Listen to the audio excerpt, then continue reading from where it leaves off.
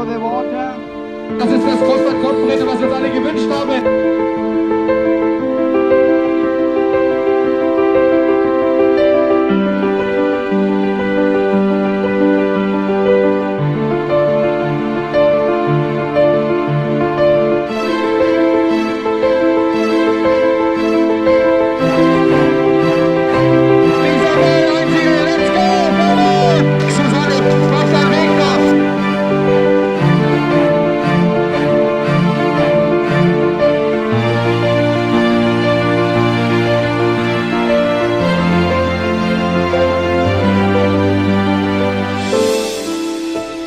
Going for the win!